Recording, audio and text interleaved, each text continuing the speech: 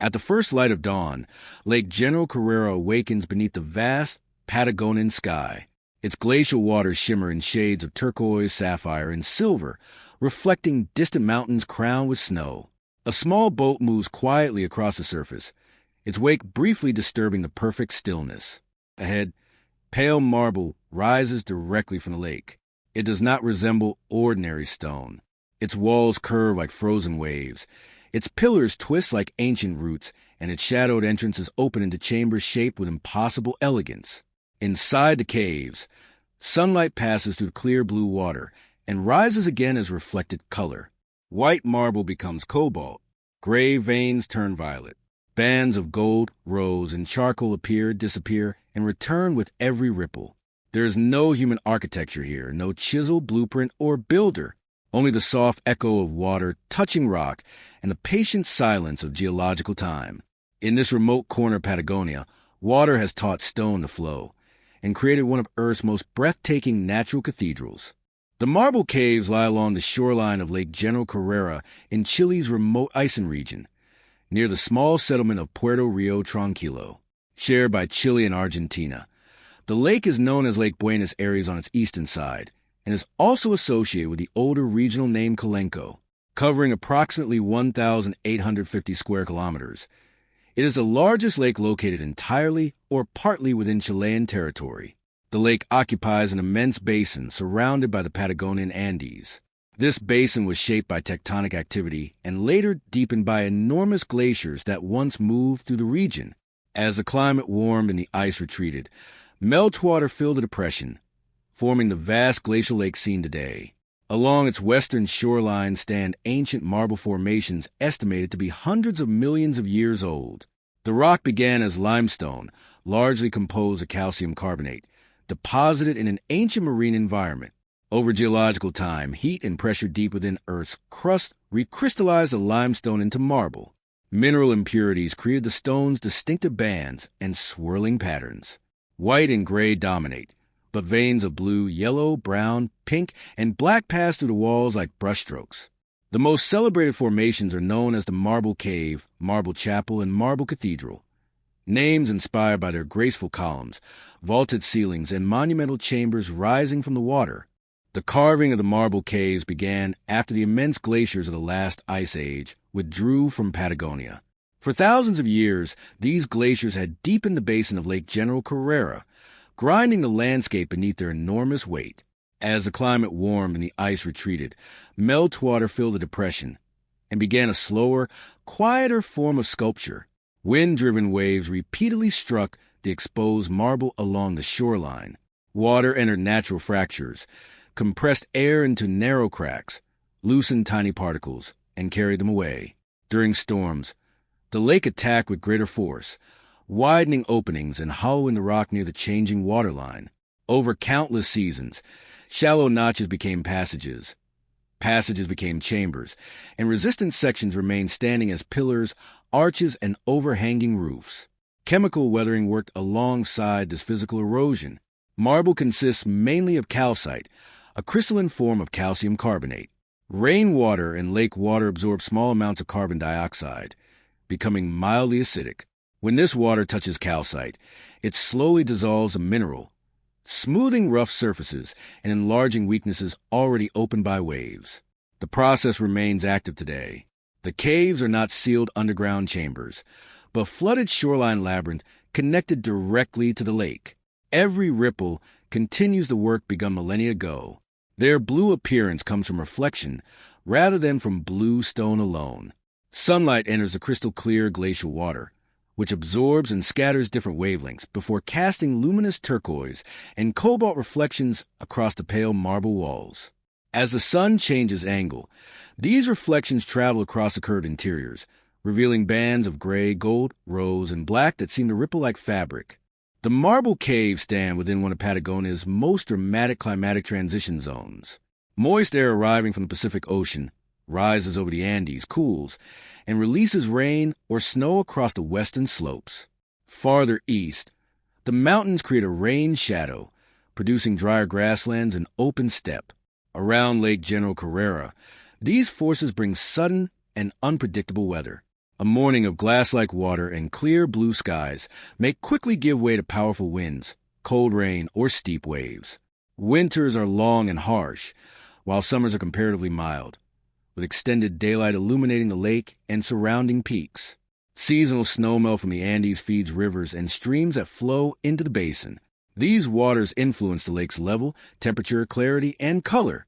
Fine glacial sediments can intensify its turquoise appearance, while calm conditions allow remarkable visibility beneath the surface.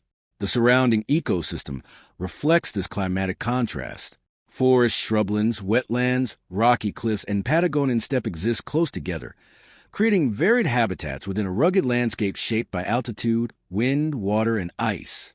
The landscape surrounding Lake General Carrera supports a remarkable mixture of forests, grasslands, rocky slopes, and cold freshwater habitats.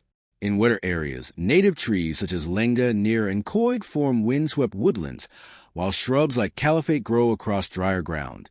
According to a well-known Patagonian tradition, anyone who tastes the dark blue caliphate berry is destined to return. Across the open steppe, guanacos move in small herds, feeding on tough grasses adapted to cold temperatures and powerful winds. Copio foxes and gray foxes hunt among the scrub, while pumas travel silently across enormous territories. In remote mountain valleys, the endangered huemul deer survives in fragmented populations.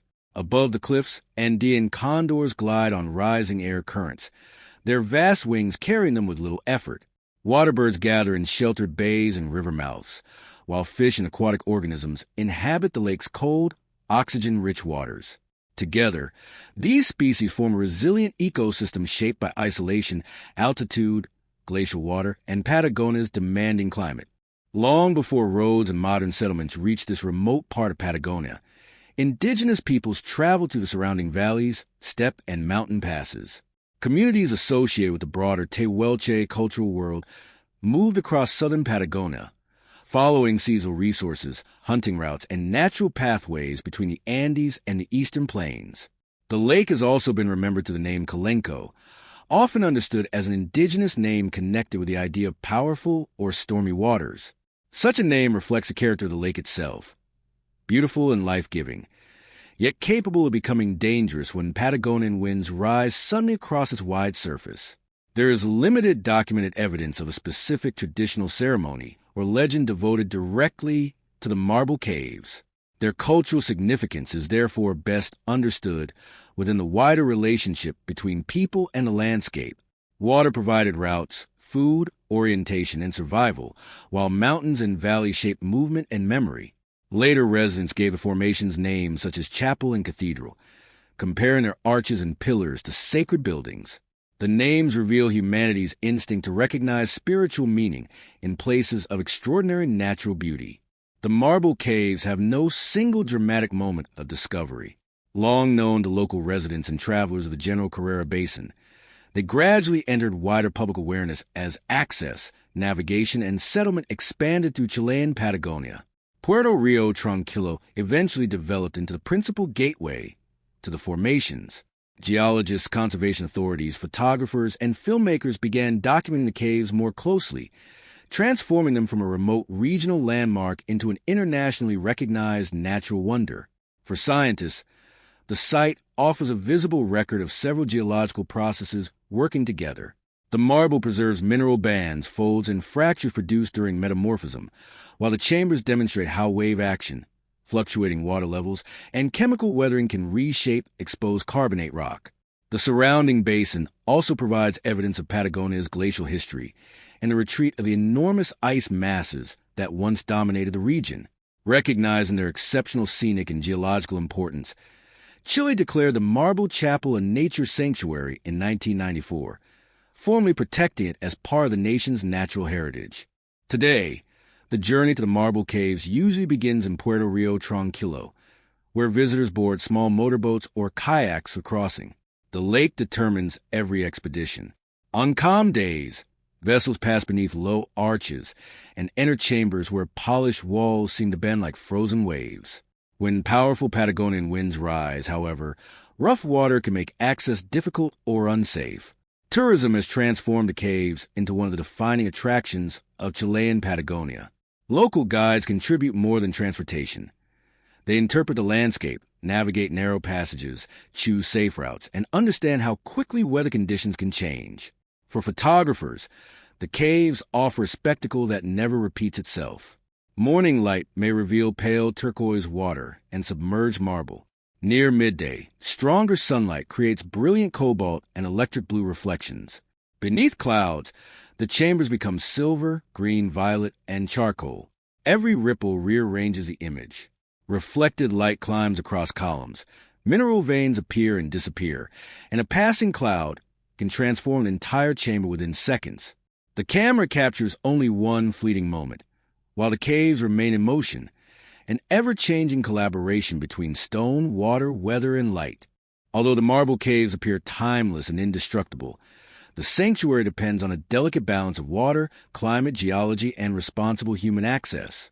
Changes in snowfall, glacier melt, rainfall, and temperature can influence the level and clarity of Lake General Carrera.